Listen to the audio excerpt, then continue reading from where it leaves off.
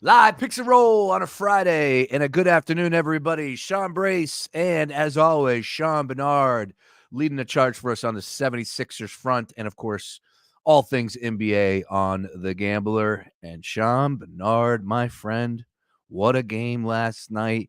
We don't even waste time. Let's dive right into it. Oh yeah. Maxey, on the day of him catching his first nomination for All-Star, to be an All-Star in the NBA, he gets that call.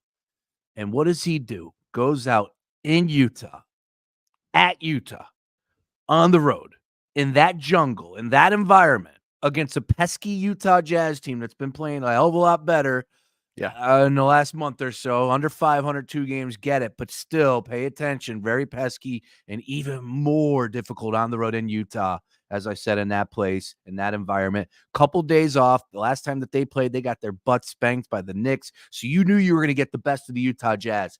Maxey steps out there in a game that the Sixers needed him most this year, the most important game that Tyrese Maxey has played this year, and he gives you 51 points. Yep. I just, like, last night, I wanted to go live at 1 o'clock in the morning. I could not get enough of this. This kid is so special. And the fact that, like I said, we go back to the Pat Bev video from a couple weeks ago where he's like, yo, young man, you need Embiid out here? No, you don't. Go get yours. We need you to lead the charge. He answered the call on such a day where the magnifying glass was out on him and Brunson both, and both of them delivered. But shout out to Tyrese Maxey, 51 career high in a win. 100%. And at first, one of the tweets I sent out during the game was that Tyrese Maxey had no clue how bad Philadelphia needed this one tonight. But then digesting a little more, I think he did. I think that was a message from Tyrese that was we're going to be fine. I'm in there. I do like how the mentality of everyone on this team is they're not throwing the season away by any means, that they still mean business. If the main character, if the star of the show, Joel Embiid, returns to the floor at any point, they're going to be just ready to pick up where they left off. And Tyrese showing that ability to be the main star, that was a special performance last night. 78 total touches it took him, 51 points on 27 shots. He's one of 4 players in NBA history to do that with 0 turnovers on the night. One of 4 players in Sixers history, the other 3 being Wilt Chamberlain, Joel Embiid, and Allen Iverson, to have multiple 50-point games in a season. So just some nutty stuff that he's doing. And he even mentioned after the game that his ankle still didn't feel 100%. But the fact that once that he knew Joel would not be there, that he made sure he suited up, which is very cool and just shows like he looked refreshed last night. He was locked in from start to finish, and he is just that special level of talent. Man, what a game. There were so many moments. You know, there was plenty of like mouth, like jaw on the ground, like, what is going on? You knew Maxey was going to go off. He started cooking right from the jump. He had the eye of the tiger, and the teammates kept delivering. But of course, bringing it back to what we do, we try and find the value. We talked about that game a lot, and this team, of course, needs Joel Embiid 3-9 without him, but like Maxey is that difference maker. So you and I, when we sat down yesterday, we looked at that game and I said, if there's no Maxey, the Utah Jazz are a stone cold play here. Maxey's in, it changes everything. And the Sixers needed that win in the biggest way. They go out there and get that dub. True team effort, top to bottom. Got to shine the light on Tobias Harris. He played well. Pat Bev played well. Oubre was okay.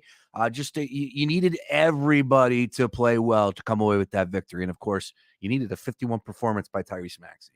Yeah, and I'll throw a little love to Jaden Springer, too. He's been the guy that I think has taken this opportunity for the shorthanded minutes to step up in the biggest of way. That this is a guy that I think, for the most part, fans have been frustrated with during his tenure in Philadelphia. I do think it's always important to note that he's still 21 years old and a guy who came into the NBA at 18. So his developmental arc a little different than a lot of guys that think about there's rookies in the NBA this season that are older than Jaden Springer, who's in his 3rd season in the NBA. So just keep that in mind as you're judging him. But last night, I thought he was a difference maker and really shutting down Jordan Clarkson, and has these past couple games that the defense is absolutely legit. And I think that Nick Nurse kind of alluded to it post game, that if he had not looked like he was out of gas, they might have closed with Jaden Springer last night. So I do think that's notable from a Sixers rotation standpoint. That's a guy who's making the most of the opportunity, and you love to see that whenever there are these shorthanded stints, guys tend to step up, or there are guys that seize the moment. Do you think Jaden Springer is a guy who's taking advantage of that opportunity, and it's cool to see from his perspective? John Jansen's on record with Mo Bamba should be no Bamba. What's your take on Mo Bamba and the minutes he's getting? 18 minutes last night. He played well down the stretch. I'll give him that. Mo Bamba was one of the more frustrating basketball players I've ever watched. That, like, for a guy that's real deal 7 foot with an 8 foot, I believe it's an 8'10" wingspan that he has, which is absolutely insane. For him to struggle rebounding in the way he does it's just hard for me to comprehend. Like, I don't think the coordination's fully there. But then again, you look at him shooting jump shots, and he's got like a legitimate jumper. Like, there's times where he looks so fluent, so polished, and just exactly what you want in a big man, specifically like a backup big man. But I honestly just get the taste in my mouth that constantly gets me wanting more from Obamba. So I do give him credit. He stepped up down the stretch. He had a big block in crunch time for sure. So he ultimately answered the call, and they closed with him over B-Ball Paul last night. But I can't fully hitch my wagon to the Mobamba cart by any means. Oh, understood. Yeah. Again, just a true team effort by the 76ers going on the road and beating the Utah Jazz. Couple points. Dog took them outright. We flipped it. We talked about it. You and I were texting late into the midnight hour, and I'm like, hey, look, if Maxey's in, I'm all in. I'm invested. So great victory across the board. Anything else from last night's game that you want to get out here?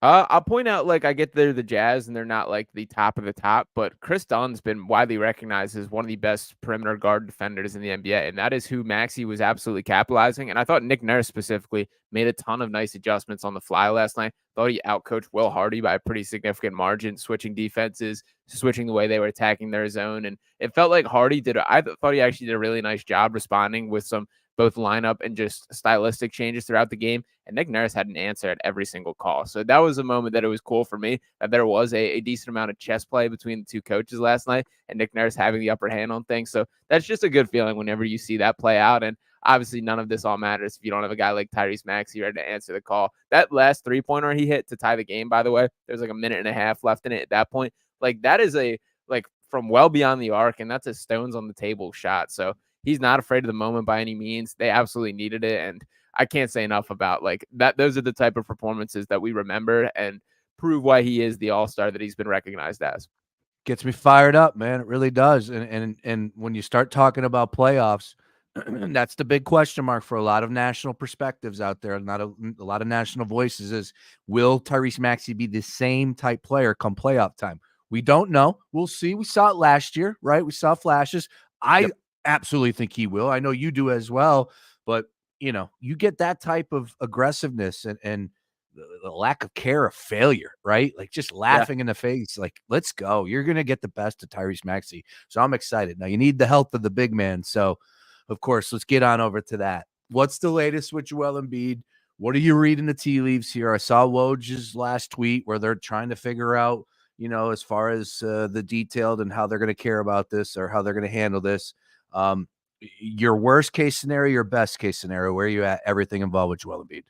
Yeah, so the phrasing's been interesting on how it's been reported. That I know a lot of people reading the tea leaves of Shams was the only reporter to tweet out that it's a meniscus tear. Everyone else saying meniscus injury, and Shams has since deleted that and had a clarification tweet. I would point out that that's not as big of a difference as people are making out to be. That and by the way, I will be having a pick swap podcast coming out tonight with a doctor of physical therapy on to kind of talk a little bit about this. A friend of mine popping on to have a discussion on what exactly it means that he can answer in a better way than myself. But basically, the meniscus is it's not a ligament. It's more or less the cushion of the knee. So whether it's a tear or an injury isn't as drastic of a difference as if we were talking about an ACL or an MCL or something like that. They're having him go to another specialist this weekend to kind of have a game plan. I think, to be honest, it's pretty much what I was braced for and expecting. So I'm not as up in arms as I think a lot of people are. There's 10 weeks left in the season. Best case scenario, this is between a 4 and 8 week injury. So if that is the case, you get 2 weeks to ramp up and then go on a playoff run.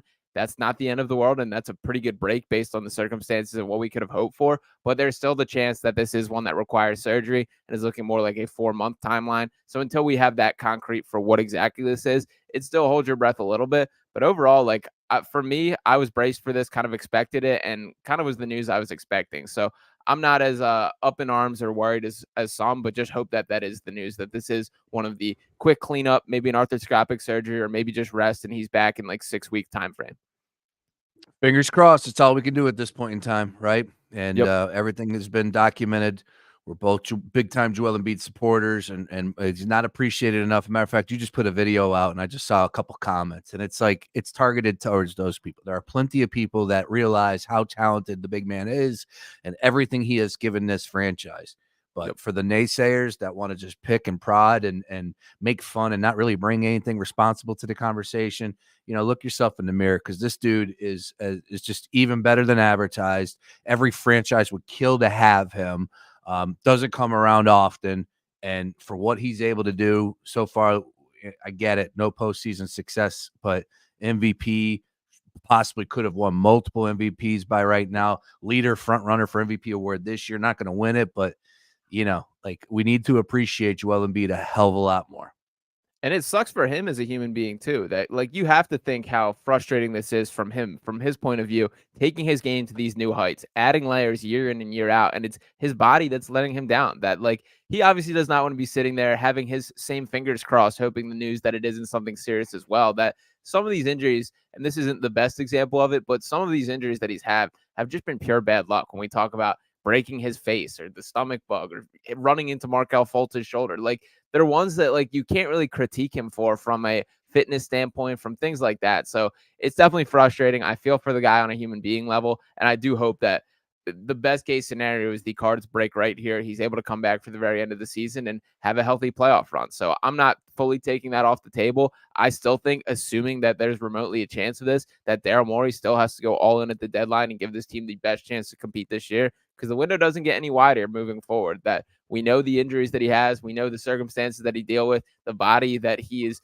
built in and functions in, that it's not going to age much better. So if he's going to come back at any point this season, you still absolutely go for it this year from a Sixers perspective.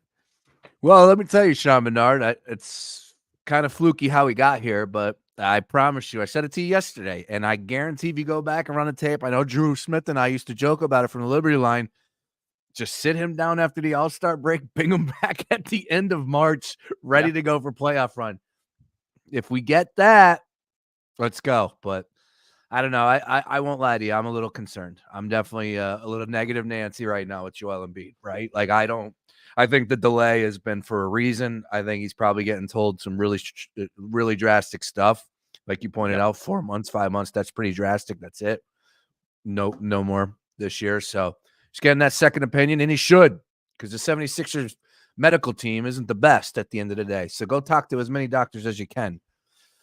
All right. Also, by the way, we got LeBron James tweeting out of some anger about the Joel Embiid situation as a whole. So, maybe he's trying to pave his way to Philadelphia, as those news speculate. But tweets from LeBron is, quote, "Where are all the media outlets, TV media personalities, hot takes that talked so much about Embiid and missing those games when he knew he was dealing with? Now he's out with an injury because of it. Not one person has went back on their TV or their podcast and apologized to the man. No accountability," with a bunch of trash can emojis. So got the king fired up as well. When did he tweet that? Just now. We're going to talk a little about the Lakers and, of course, LeBron James here. We hit on it yesterday. I hate to keep saying it, but we did. And it's both ways, right? Like, there's got to be some room on both ways. Absolutely, people were way over the top. Understood. That's what they do. But it can't, LeBron James is making the point that Joel Embiid forced himself out there because of it. That can't happen. That can't happen. We have to be bigger than that. Joel's got to be bigger than that. Somebody in the 76ers franchise got to be bigger than that. Elton Brand, Daryl Morey. Nick Nurse is new to this to a point, but people got to be bigger than this. So I know that it plays into it. He's only human, but I don't know. Yeah, that's where I keep circling back to my fingers being pointed directly at the Sixers from an organizational standpoint. Yes. That from Joel, I get that motivating you. That from an athlete standpoint, these guys are wired that way. That they want to prove people wrong. That they want to prove the doubters wrong and break stereotypes and stigmas about them. And Joel, all the injury-prone narratives and all these things, he wants to prove that wrong. And that's a part of what makes him great and what makes athletes great, is that they do have this passion, this fire, and want to make sure that they're making their statements known and putting these performances on the court or the field. So I get it from Joel's perspective for that to be motivating, but from the Sixers, that's your job to prevent the guy from hurting himself. That you need to step in and have a bigger voice and saving the guy from himself. So I'm still very frustrated. And I said this yesterday and will continue. Like, it was crystal clear from start to finish in that Warriors game that he should not have been on the floor far before that he did suffer that injury. And from anyone that would say differently, I think it's just straight up wrong about that and crazy to say to me. So I don't know. It's very frustrating that this happened. Sucks that we have to continue having these conversations, but I do think from an organizational standpoint, the Sixers should have a hard look in the mirror. Damn right. Well said. We'll cap it there. But let's stay with last night before we get into tonight's games. I made the case a little earlier on the show. This league is in such great hands. Brunson, that emotional moment in the middle of the court. You got Maxey going for 51. OKC with the young studs there. The Timberwolves coming on strong this year, leading the charge in the West. You could go down the list, right? Just like Tatum, Boston. Like there's so many good things that are happening right now. Hashtag this league, and it's exciting. And last night, we'll start with Boston and the Lakers with a 15-point dog, and the LA Lakers win outright. Unbelievable. I did not see anyone with the money line. Saw a lot of people taking the points, especially when that game started. A little bit of revisionist history, I'm sure, but the bottom line is, man, Reeves didn't miss. You had some really good play by the team as a whole, and the shock to the system. Now, that's probably going to bode well for the Celtics, right? You get slapped upside the head at home like that to a team that you should not have lost to. Speaking of looking in the mirror, Celtics will do that, but really cool game. Great time to just be an NBA fan, catch that before the Sixers. What was your takeaway on that one? Yeah, I thought the Celtics just looked flat from start to finish, so they didn't bring it. It was a game that everyone, including them, expected for them to blow out this Lakers team without Anthony Davis and LeBron. And on the other side of things, that there's definitely a motivating factor from the Lakers side of things, that they see the tweets LeBron is sending. They feel the pressure of the wins and losses as well. So I think each of those guys had a little bit of a chip in their shoulder in that game. But D'Angelo Russell played incredibly well. And typically the D'Angelo Russell games where he pops off as he just shoots the lights out, it wasn't one of those. That on the game as a whole, he shot 5 of 20 from the field and 4 of 8 from 3, but he had 14 assists, 8 rebounds. And I thought like his fingerprints were all over that game, to be honest. Austin Reeves played very well as well. So I thought the Lakers stepped up, that they needed to put one in the win column from a lot of different reasons, from the LeBron pressure, from just wanting to climb up the standings, all these things. So that game meant more to the Lakers. And I do think that the Celtics rode their laurels a little bit too much there. And ultimately, like, a slap in the face will be good for them in the long haul for sure. Only a few games last night. The Cavs did not cover the number at 8.5, but I was able to slide in there, and the live line took 5.5, which was good. It was interesting because we talked about it on Picks and Roll yesterday, Daily Ticket, when you hopped on, and we said you liked the Cavs, you liked them at that number, you thought they would roll, and I was buying it, right? But I was just like, man, it's one too many points. I flip it on, and I'm watching the game, and next thing you know, I see 5.5, so I took a flyer on it. I said they're going to win this game. But it was, right there. It's just so funny how these spreads work at times. But nice call on that one, finding the right side. Again, tough number to cover on the road, but was able to get on that live action line. As we said, the Knicks ended up covering a number against the Pistons, the hottest team out there.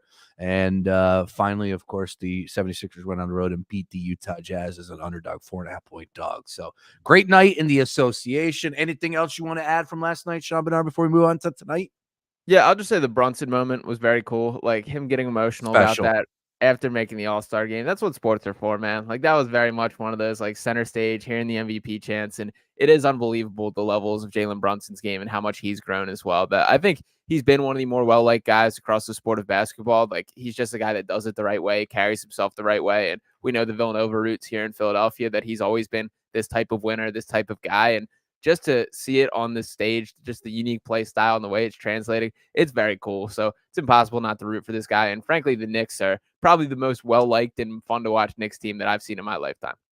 Yeah, no, you're right about that. And I said it at the beginning of the year. I said it last year. You like the direction that they were putting. Now, again, Villanova understood, but, look at the history. I thought the Sixers should have pulled the trigger if they could find some of these guys and bring them in here and keep them in-house. Brunson was a second-round pick. I'd be curious to revisit that draft and go through. It's just, like, I get it. You don't want your bias to show, but these guys were studs.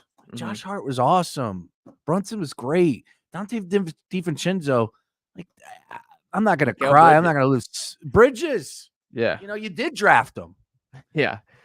There's a cool story that Bob Myers, the former Warriors general manager, shared on his NBA Today, where he was talking about the pre-draft process, where Jay Wright called him and he said, why is Jalen Brunson not getting any draft buzz? That I see all the comments about Bridges, DiVincenzo, all these guys. Why is Brunson not getting any attention? And Bob Myers basically said like, well, we don't think like a post-oriented point guard is like translates to this NBA, and there's some concerns with his size, the style of play, all these things. And Jay Wright just said he's the best player on this team. He's a winner. Like if you want to win, you should be drafting this kid. And Bob Myers said ultimately like did not take his advice there and would have been better if he did. So it is very cool that Jay Wright kind of rode in his corner there, and he was absolutely right about him because the guy is a straight up winner and awesome player. My brain doesn't connect the dots. Was that Hinkie time? That was yes, that was still Hinkie. That was. Wow. I wonder if Sam Hinkie got that phone call. Yeah, it might have just hit decline on it the way Hinkie worked. Yeah, But Hinkie was a madman, mad scientist. It's interesting to revisit. We'll have to do that for the off season again.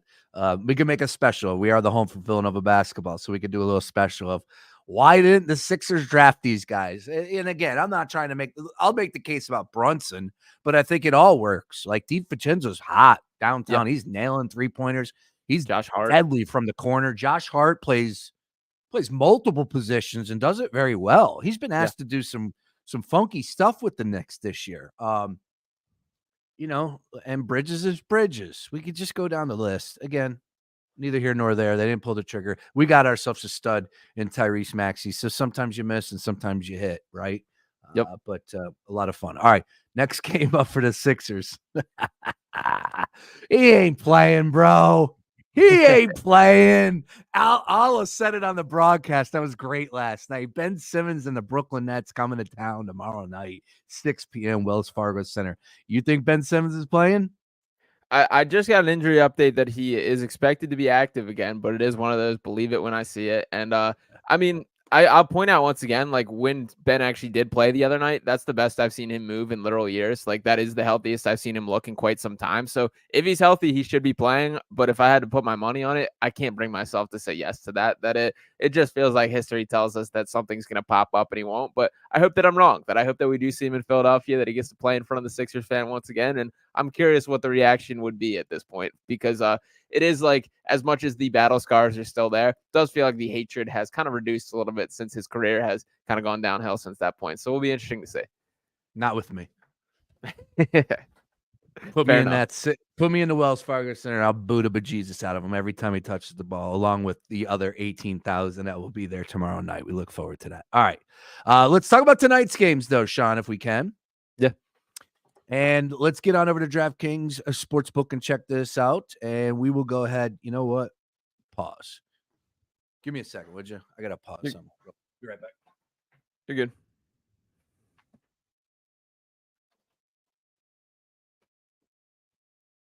I don't think Brace hit the pause button here. Can I do it? Let's see. Nope, I don't got control.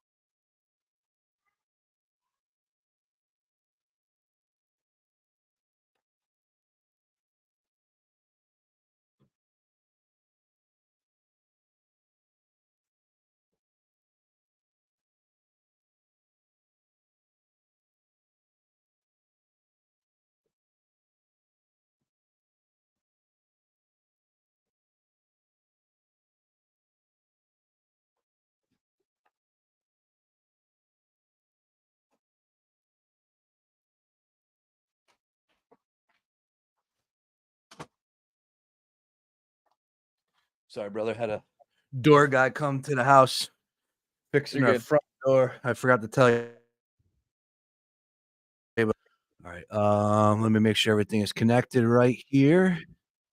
Audio coming out, earpods. All right, you good? Yep, all good. Thumbs up. All right, thanks, dude. All right, 3, 2, 1. All right, Sean Barnard, let's get on over to today's picks. We got 10 games in the association this evening. Fire up DraftKings Sportsbook. Let's take a look at all of these numbers. Couple games, couple teams on some back-to-backs, some big games. And let's see if we can find some value here on the board and some winners. As always, be sure to use Brace as the promo code. Let them know that you're listening to us right here. Picks and rolls, Sean Brace, Sean Barnard. Let's open up the LA Clippers and the Detroit Pistons. 12-point spread, 238.5. Pistons have been playing pesky basketball. It's a team that is definitely better with Cade Cunningham in the lineup. He missed a significant amount, I think 9 or 8 games, whatever it was. He's back. Looked good last time out. They covered the number. Clippers are a team that I don't want to dance with here, though. Too many points both ways. I'm good. 238.5. Anything for you? Yeah, this is probably a stay away spot for me. I will note on the Pistons real quick that the report came out yesterday that they had a deal in place to trade Killian Hayes and that Monty Williams talked them out of it, which that's just an unserious organization, man. Like Killian Hayes, I'm not a Killian Hayes guy by any means. That I've been on record calling him the worst player in the NBA at times, and I think that you can make a legitimate case for that. They absolutely should have traded him. I don't really understand the vision there, but I do think they've been playing better pesky ball. Cade Cunningham being back absolutely makes a difference. So I kind of lean towards that plus 12, but I'm scared to go against this Clippers team right now. So for me, this game's a stay away spot. Yeah, the Clippers are a team that can go out there and bury it, go up 30 in the first half, and then never look back. But they're 3-1 in their current 7-game road trip. Takes them to Detroit here.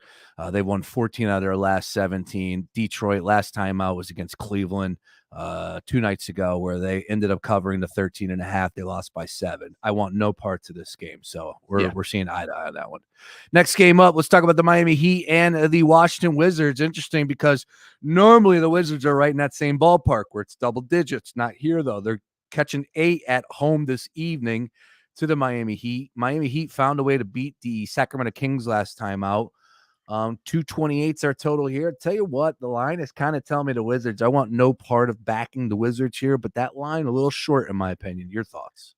Yeah, I'm liking the Wizards as well, but I do like that +8. Miami, you have to think that at some point they will get it right, but they've just looked straight up bad. Like I was watching that Heat Suns game on Monday it was, and the Suns did not play good basketball whatsoever. That it felt to me just watching the game like this team isn't playing well, but then you would glance over the scoreboard and they're still holding like a 15, 20-point lead throughout. The Heat ultimately Dominated them. dominate from start to finish. And the Heat ultimately showed a little bit of a pulse towards the end where they went on a little bit of a run, but I just doubt like the way this team looks connected. So I do ride this +8 for the Wizards for now. I'm still selling my stock on the Heat until they prove me otherwise. You have to believe that at some point it kicks into gear, but I don't think it happens just yet.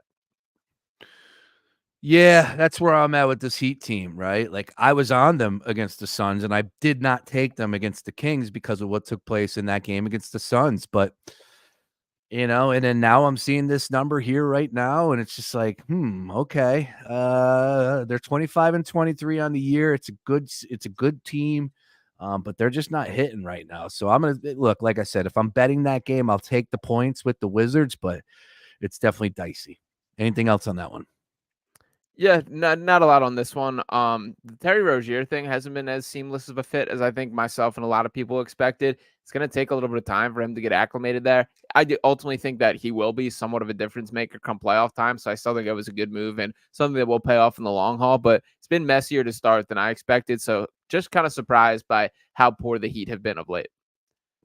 All right, next game up. Let's talk about the Atlanta Hawks and the Phoenix Suns. I read something earlier, if I'm not mistaken. Let's go ahead and pull this up. Our good friend Joe Osborne from Covers tweeted that the Atlanta Hawks, I believe, they have not covered back-to-back games all season long here. Wow. So they did just cover the last time out. Yeah, Joe Osborne said the Atlanta Hawks have covered the spread in consecutive games just once all season in their 3rd and 4th games back in October.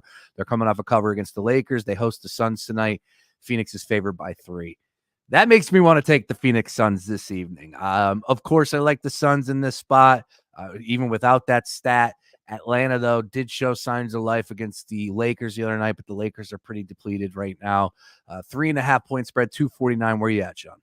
Yeah, I like Phoenix as well. That this Hawks team still kind of floating in no man's land, that they're open for business from a trade perspective, and we'll see how things go when the deadline approaches. Sounds like some pretty ludicrous asking prices from the recent Jake Fisher report, asking for a couple first round picks for Bogdanovich and things like that. So we'll see how many trades actually happen. But the bottom line is I think the Suns are starting to figure out how to play with each other. Give Kevin Durant a ton of credit for the way that he's sacrificing his play for that team. He's kind of becoming the guy that does all the little things for that team, meaning playmaking, rebounding, defending, all these things that aren't what you think of when you think of the best version of Kevin Durant, but he's allowing Devin Booker to run the show. Bradley Beal showing a little bit of signs of life. Grayson Allen playing at a very high level for that team right now. So I like the way the Suns that are starting to form. I'm not counting that team out from being dangerous in the long term, and I think in the short term that they take care of business against the Hawks tonight. Excellent stuff. All right. Yeah. From the Suns, where I'm at, I think that's the play there. Let's keep it moving. Next game up on the DraftKings card. Let's talk about the Magic and the Timberwolves. T-Wolves, 6.5-point home favorites against the Orlando Magic, 212.5, little low total there. Magic have looked good. Let me go ahead and pull up. Yeah, they've looked good. They've definitely been playing a little bit better than I thought they would be right now. Little light number there. Phoenix pretty dominant when they're getting spreads, especially at home here. Last time out for the Orlando Magic, they beat up on the San Antonio Spurs. They beat the Suns 113-98. That was at home. Got a couple bad losses as well. Definitely a team that I can't pen down. 25-23, 31-17 against the number this year. Very surprising there. Where are you at in this one? 6.5. Yeah, my favorite play, and I thought I was going to be more on top of this until I really looked at the number, but would be the under. 212.5 is really low in today's modern NBA, but I still think that they hit that these are two of the best defensive teams in the NBA. The Magic specifically have been rolling out a lineup with one guy under 6'8" on the court at a time, that 3 6'10" guys starting out when we're talking about Paolo and Jonathan Isaac, by the way, I've hyped up quite a bit. He might be pound for pound the best defender in the NBA. And again, health is always the asterisk next to him as well, but he's been putting together some unbelievable strings on the defensive end. I think that continues. In the Timberwolves, we know what they do from a perspective of funneling things into Rudy Gobert, the way that they have Anthony Edwards, who is a two-way guy who guards just for himself on the other on the defensive side as well. So I like both these teams from the defensive side of things. I probably roll with the plus 6.5 from a side perspective. I think that's just a little bit too much for this matchup, and I do think I am buying what the Magic are selling from a long-term perspective. So I think this game stays close. I think it's a low-scoring game, a little bit of a rock fight here. So give me the plus 6.5 and the under of 212.5 here. Excellent. All right. Looking forward to this one. All right. Let's keep it moving on DraftKings Sportsbook. Let's talk about the Kings and the Pacers. This one is 3.5. Sacramento favored on the road against the Indiana Pacers. Pacers just played last night. Kings coming from Miami. Maybe they stayed over a night. Something to keep our eyes on there. 247.5 high total there. Tough spot. I would actually lean towards the home team in this one. Sean Barnard, your thoughts? Yeah, I'm going the other direction. That I'm really liking the Kings in this one, the -3. For starters, both Sabonis and Fox, probably the two biggest snubs in my mind in the All-Star perspective. More specifically speaking to De'Aaron Fox here, that I think he should be a dark horse MVP kind of conversation guy, and the fact that he didn't even crack the All-Star list is pretty wild to me. And then when we're going to talk about the Pacers here, they're still figuring out how to do this Tyrese Halliburton dance that we've all been fired up about the 65-game rule and the implications of it. I think it's kind of messing with the flow of the Pacers by basically having him for half the game and then him sitting out as he's getting to this 20-minute mark and then pulling himself on the minutes restriction. They're a night and day different team when Tyrese Halliburton's on the floor and when he's not. So I think they're struggling from a team perspective with finding that balance. Really difficult situation as a whole. But I do think that the Kings are going to take things personally from getting that snub, not seeing the recognition. And by the way, they've been very good as a whole this year, that they're 27-19 on the year, the fifth seed in the West right now. I think that they come in, they take care of business. They're at 14-10 against the spread in road games this season. I think they get the win and cover that 3.5-point number. Excellent. All right. Keep it moving. Let's talk about the Memphis Grizzlies and the Golden State Warriors. Warriors favored by 8 on the road here. Game going off at 8:10 p.m. 224.5 is our total in that one. We just talked about Memphis. They took on the Cavs last night. This looks like a spot that the Warriors should go in and just absolutely roll them. 8-point favorites, but man, Memphis plays tough at home. Yeah, I'm taking the Warriors. It's Warriors or bust. Your thoughts?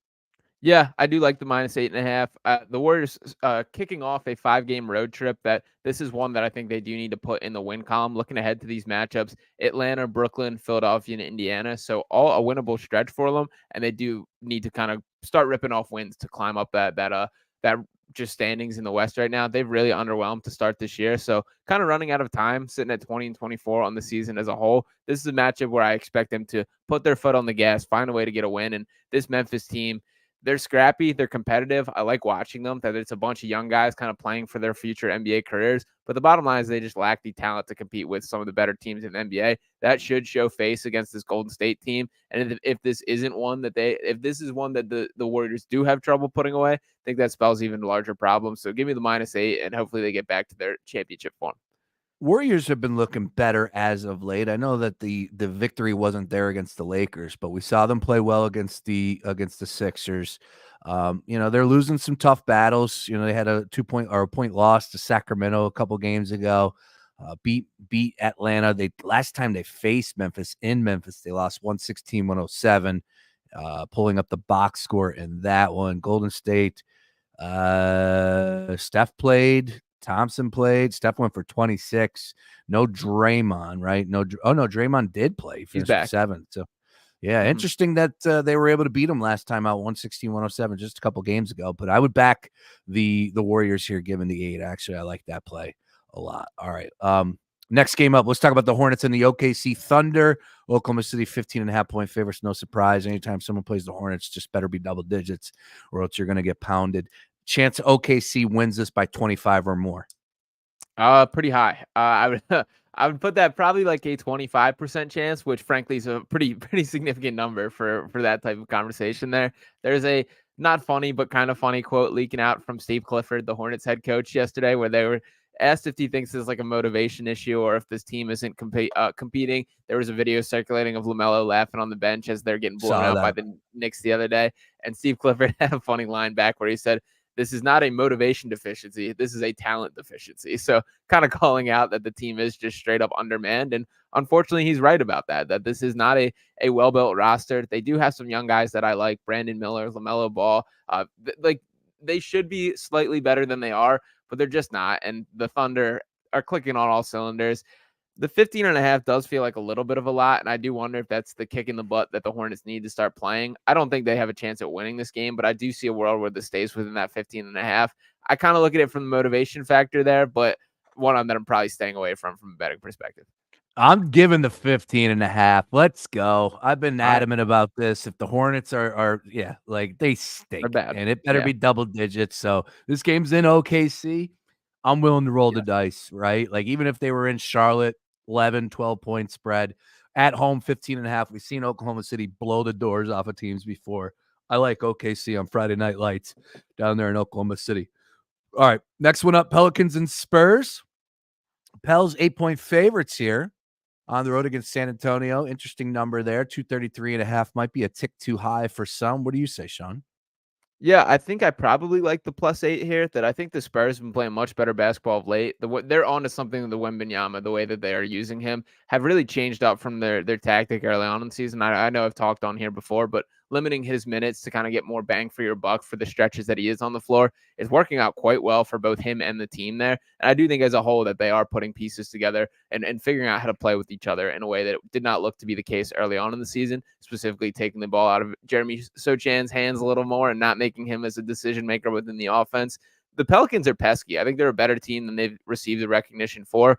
Zion has looked more like himself, and I think he honestly is taking these fitness and weight issues pretty seriously, that he has looked sharper, moving more athletically, and that's the best version of Zion Williamson. So I do like the way this Pelicans team is heading, but I do think that this is a matchup that goes somewhat down to the wire and stays within that 8-point number. So give me the Pelicans to win, but the Spurs to cover the +8. Zion is a go in this one. His player props are available. I believe that he is playing. Yeah, I'm pretty sure.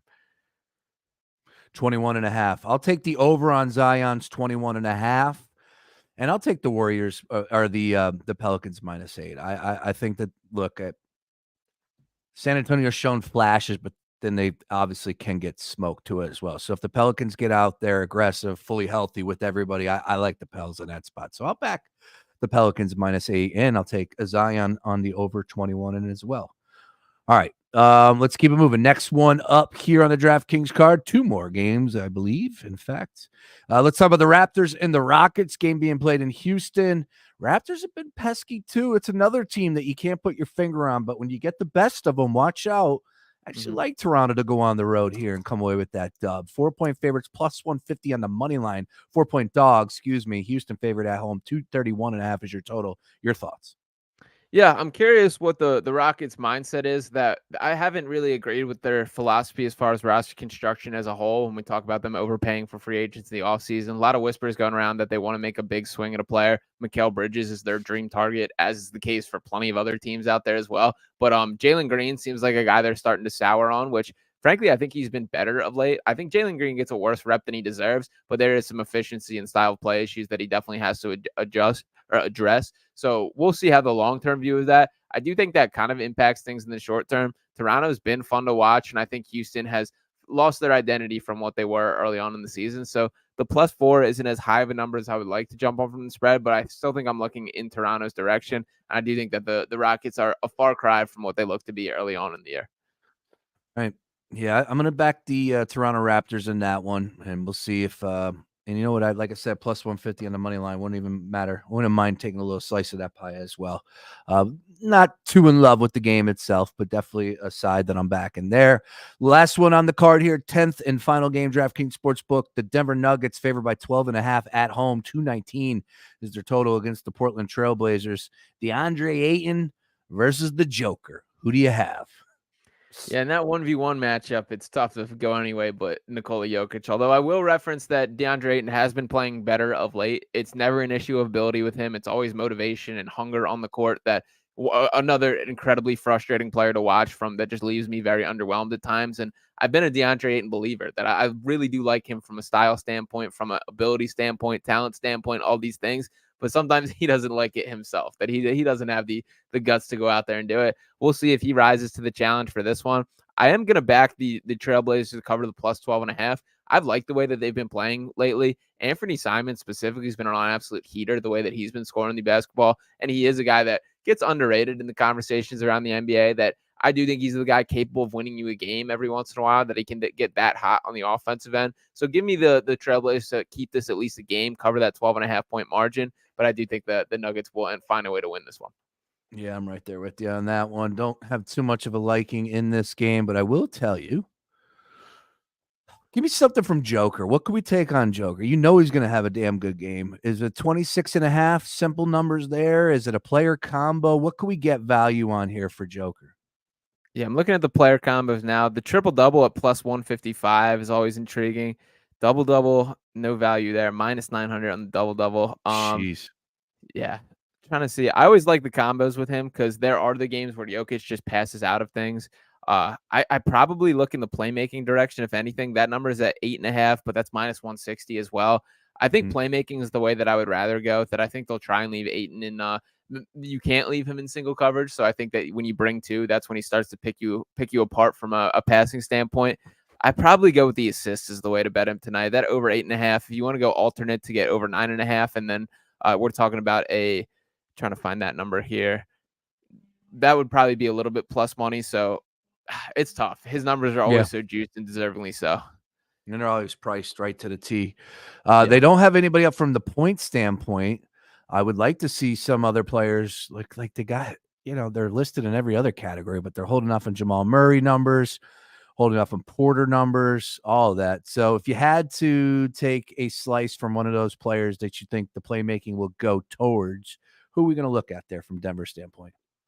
From Denver's standpoint, Michael Porter Jr. is a guy that I always like, that he is a shooter. He has his hot and cold nights for sure, but he gets his opportunities. So I do like that. Jamal Murray, I haven't been as high on this year. That I think Murray's been up and down a little more than has been the case in past seasons, and last year specifically, I thought was one of his more solid years. So kind of a little bit off the Jamal Murray train for now. I guess Michael Porter Jr. would probably be the direction that I would look. And sometimes you can get Aaron Gordon on the friendly line as well. That sometimes that number is sitting in that 7.5 points, 8.5 points in that range. And he does do enough to get opportunities there. And Gordon's the type of guy to get those like energy and hustle rebounds that when you're matching up with a guy like DeAndre Ayton, that does jump out to me as a chance at second chance points there. So Gordon's a number or a name that I would keep an eye on depending on the number as well. All right, Sean Barnard, Sean_Barnard1, the number 1 is where you can find him on all socials, as we always do. I am 7 for 7 in my last 7 picks. All right, so one-offs here, last 7 plays, picking nothing but winners, including last night's flip. That was credited. I texted you, so I get credit for that. Let's keep it moving here. 7. I'm looking for that number 8. I'll let you go first, though. Where are you at? Give me the Sacramento Kings tonight. I'll go with the -3.5. I like -3 better, but I do think that the Kings are come out focused, that they do feel the disrespect of the lack of all-star voting. De'Aaron Fox specifically, I'm going to look into his numbers pretty heavy tonight, but as a whole, I'll take the Kings to get the win over the Pacers and cover that -3.5. I think I'm going Oklahoma City. Wow, 15.5. I think I am. So look, staying away from Clippers, Pistons, Miami Heat, and the Wizards. I could talk myself into the Wizards there. Phoenix, I could go Phoenix -3.5 with that Atlanta nonsense. It would probably be Phoenix 3.5. The Warriors were 8. I like that. I do like the Pelicans. They're 8-point favorites as well. Raptors and Rockets. Do I go back to the Pelicans here with Zion over 21.5? Let's keep it simple. Let's go 15.5. I don't give a damn. They're going to win by 20 plus. I'm going to go with, I'm going OKC. That's my one play. 15.5 right here on DK. I like it. I'm rolling with my Kings. Feel good about the Beam team tonight. So I do feel bad for De'Aaron Fox, man. That dude deserves to be an all-star. It's always going to happen. There's too much talent for someone to get excluded every year, but do feel bad for De'Aaron Fox. He's the real deal. Agreed. You're the real deal, brother. Great stuff as always. At Sean_Barnard1. Picks and roll can be found at foxphlgambler.com. Sean, what do you got on tap this weekend? Anything for Sixers coverage tomorrow? Potentially we'll be at the game, but not too much from a coverage standpoint. We'll have an interview tonight talking to shout out Dr. Kevin Angelis to be chatting it up with me, talking about some Joel Embiid's knee stuff. So get a little more in depth in there, and hopefully we get some good news there. We'll be on the Tough Cover Radio show tomorrow from 11 to 1 as well. So be in studio doing that. So yeah, be out and about as usual. And I need you to pick up the GBC belt for Mark Drumheller. That's right. You know, man, appreciate that. Awesome stuff. Everybody, enjoy your Friday night. Good luck on all those plays. We'll catch up with you next time on another edition of Picks and Roll.